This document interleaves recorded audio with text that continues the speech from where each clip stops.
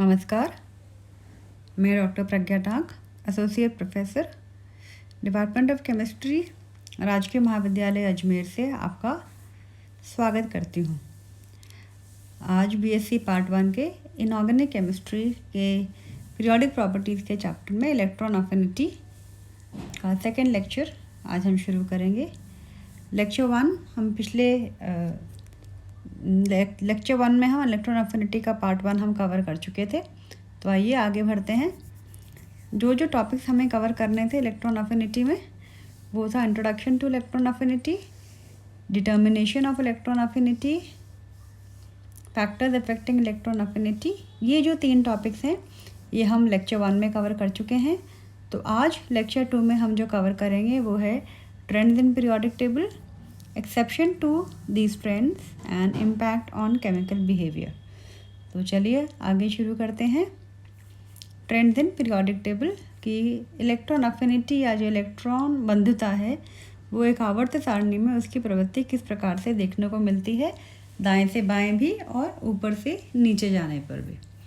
तो सामान्य तौर पर इलेक्ट्रॉन बंधुता एक आवर्त या एक पीरियड में बाएं से दाएं बढ़ती है से यहाँ पर तात्पर्य है कि इनके जो मान हैं वो अधिक ऋणात्मक हो जाते हैं।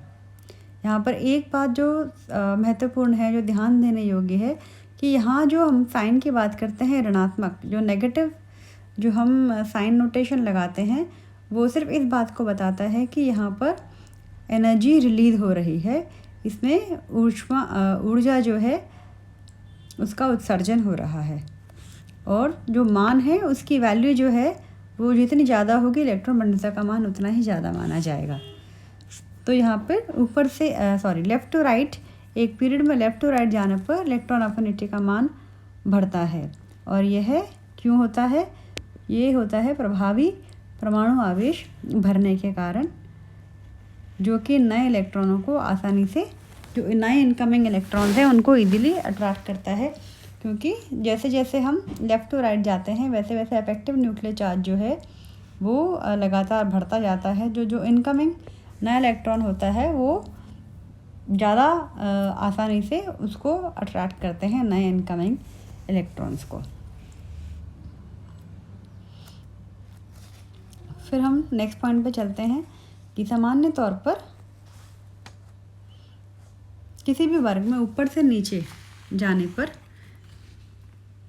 एक इलेक्ट्रॉन बंधुता का मान कम हो जाता है। कम से यहाँ पे हम फिर से ये समझते हैं कि जो मान है जो कम ऋणात्मक मान होते चले जाते हैं, और यह परिवर्तन उतना अधिक देखने को नहीं मिलता है, उतना ज़्यादा डिफरेंस कंटिन्यूसली ऊपर से नीचे देखने को नहीं मिलता है जितना कि हम एक पीरियड में डिफरेंस देखते हैं जब हम लेफ़्ट टू राइट जाते हैं। परंतु यहाँ पर ये क्यों होता है कि एक वर्ग में जब हम ऊपर से नीचे जाते हैं तो परमाणु क्रमांक, एटॉमिक नंबर बढ़ने के साथ साथ उनके परमाणुवीय आकार में भी वृद्धि होती जाती है, उनका जो एटॉमिक साइज है वो बढ़ता जाता है। तो इससे जो नया जो जुड़ने वाला जो इलेक्ट्रॉन है वो नाभिक से काफ़ी दूर होता चला जाएगा, और नाभिक से जुड़ने वाला जो इलेक्ट्रॉन है नाभिक से जितना अधिक दूरी पर स्थित होगा उस पर नाभिकीय आकर्षण बल उतना ही कम होगा, और जिससे कि कम ऊर्जा मुक्त होगी और इलेक्ट्रॉन बंधुता का मान कम हो जाएगा।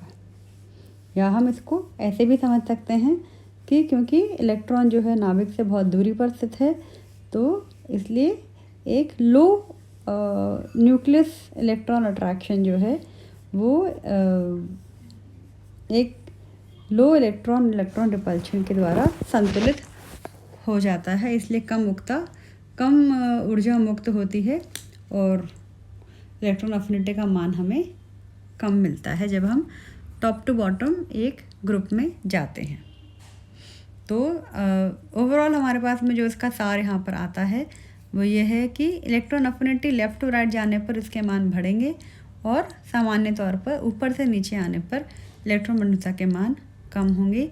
ये है एक जनरल ट्रेंड जो पीरियोडिक टेबल में इलेक्ट्रॉन अफिनिटी शो करती है, परंतु इसके कुछ एक्सेप्शंस बहुत प्रोमिनेंटली हमें देखने को मिलते हैं कि ऊपर से नीचे जाने पर, सॉरी हम पहले देखते हैं कि लेफ़्ट टू राइट जाने पर, लेफ़्ट टू राइट जब हम जाते हैं एक पीरियड में तो सामान्यतः क्या देखने को मिलना चाहिए हमें कि इलेक्ट्रॉन मंडलता के मान में लगातार बढ़ोतरी हो रही है।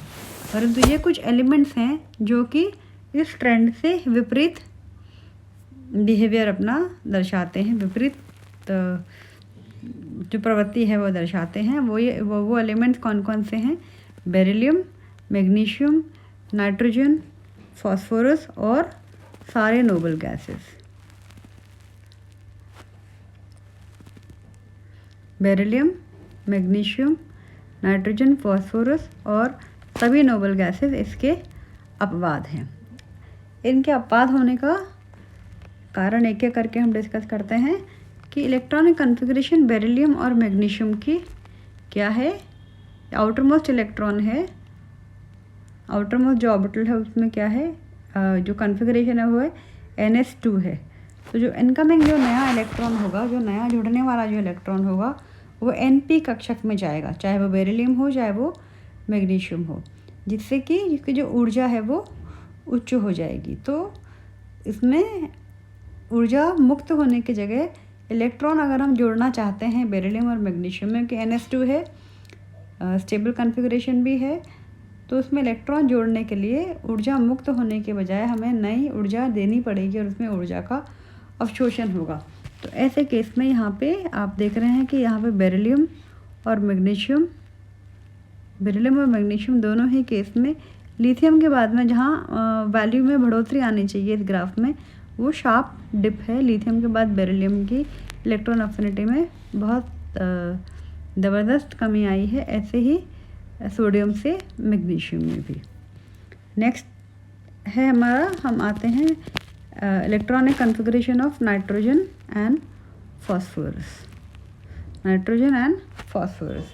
अब नाइट्रोजन और फॉस्फोरस दोनों के ही केस में जो आउटर मोस्ट इलेक्ट्रॉन है उसका जो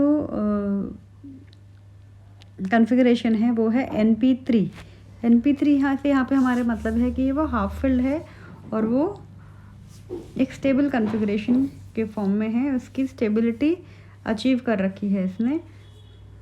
तो ऐसे में जो नया इलेक्ट्रॉन जो जुड़ने वाला होता है, अगर नया इलेक्ट्रॉन जुड़ता है तो उसके जो स्टेबल कॉन्फ़िगरेशन है वो बिगड़ती है, इसलिए वो नए इलेक्ट्रॉन को एक्सेप्ट करने के फेवर में नहीं रहता है और इसका स्थायित्व जब कम हो जाता है नए इलेक्ट्रॉन के जुड़ने से, इसलिए इसके इलेक्ट्रॉन मंडलता का मान भी कम हो जाता है। ऐसे ही electronic configuration of noble gases क्या है, NS2 NP6। इनमें भी क्योंकि एक स्थायी अवस्था है इसलिए इसमें इलेक्ट्रॉन ग्रहण करने की प्रवृत्ति ही नहीं होती है और इनमें अगर हम इलेक्ट्रॉन जोड़ते हैं तो इसमें ऊर्जा का अवशोषण होगा। तो तीनों ही केसेस में आप देख रहे हैं कि यहाँ हमारे पास में जो आउटर मोस्ट इलेक्ट्रॉन है वो एक स्टेबल कॉन्फ़िगरेशन में उपस्थित है, चाहे NS2 हो, चाहे वो ये फुलफिल्ड ऑर्बिटल है या हाफ फिल्ड ऑर्बिटल हो और ये नोबल गैस कॉन्फ़िगरेशन है।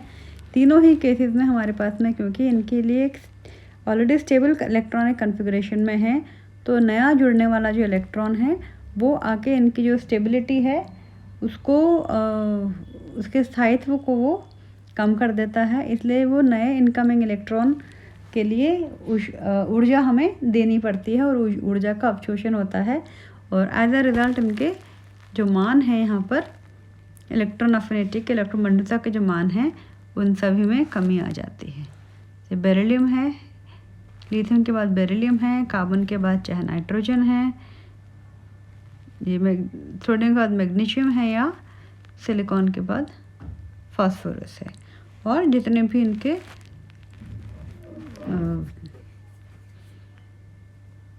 नोबल गैसेस हैं। तो ये तो बात हुई थी एक पीरियड में जहाँ हमें सेकंड और थर्ड पीरियड में इस तरह का अपवाद देखने को मिला है। और जब हम ग्रुप की बात करते हैं, एक वर्ग में हम जब ऊपर से नीचे जाते हैं तो सामान्यतः क्या होता है, इनके मानों में कमी आती है, परंतु फ्लोरीन इसका अपवाद है। हम फ्लोरीन और क्लोरीन को कंपैरिजन करते हैं तो फ्लोरीन का जो इलेक्ट्रॉन अफिनिटी है वो क्लोरीन से कम है, जिसमें होना कम चाहिए कि ऊपर से नीचे हम जब आते हैं तो मान में कमी आनी चाहिए, परंतु फ्लोरीन की इलेक्ट्रॉन अफिनिटी कम है और क्लोरीन की ज़्यादा है। इसका जो कारण है वो ये है कि फ्लोरीन का आकार बहुत छोटा है। इस छोटे से आकार में भी उसके आउटरमोस्ट जो आउटरमोस्ट ऑर्बिट है उसके अंदर 7 इलेक्ट्रॉन है। तो छोटे साइज़ में ज़्यादा इलेक्ट्रॉन होने की वजह से इसका इलेक्ट्रॉन घनत्व बहुत अधिक हो जाता है। इसलिए आने वाले जो इनकमिंग इलेक्ट्रॉन है, नया जुड़ने वाला जो इलेक्ट्रॉन है, इस पर नाभिक का आकर्षण तो रहेगा, परंतु छोटे से साइज में बहुत सारे इलेक्ट्रॉन होने की वजह से इलेक्ट्रॉन रिपल्शन भी बढ़ जाता है, जिससे कि मुक्त होने वाली जो ऊर्जा होती है उसके मान में कमी आ जाती है। तो इसलिए हमारी इलेक्ट्रॉन बंधुता का मान फ्लोरीन के लिए कम हो जाता है। तो यहाँ पे क्योंकि छोटा साइज़ है फ्लोरीन का साइज़ छोटा है, छोटी सी साइज़ के अंदर वो 7 इलेक्ट्रॉन उसके पास में आउटर मोस्ट शेल में, तो उसी के अंदर जब वो 8th इलेक्ट्रॉन आने की कोशिश करता है तो इलेक्ट्रॉन रिपल्शन ज़्यादा हावी हो जाता है, ज़्यादा भारी पड़ता है उसके ऊपर, इसलिए वो जो एनर्जी जो रिलीज़ होती है उसके एडिशन से उसके मान में कमी आ जाती है, and as a result electron affinity decreases. तो ये थे हमारे कुछ एक्सेप्शंस जो कि पीरियोडिक टेबल के अंदर इलेक्ट्रॉन अफिनिटी के ट्रेंड्स के विपरीत प्रवृत्ति किस प्रकार से शो कर सकते हैं, कौन कौन से एलिमेंट्स शो करते हैं और क्यों करते हैं, उनके क्या क्या कारण हो सकते हैं। ये थे सभी चीज़ें हमने डिस्कस कर ली हैं कि ट्रेंड्स, जनरल ट्रेंड्स क्या होते हैं और एक्सेप्शन टू ट्रेंड्स क्या हैं, कौन कौन से अपवाद हैं आवर्त सारणी में। अब हम आगे बढ़ते हैं अगले टॉपिक की तरफ, वो है इम्पैक्ट ऑन केमिकल बिहेवियर। यह रासायनिक व्यवहार पर इलेक्ट्रॉन बंधुता किस प्रकार से प्रभाव डालती है।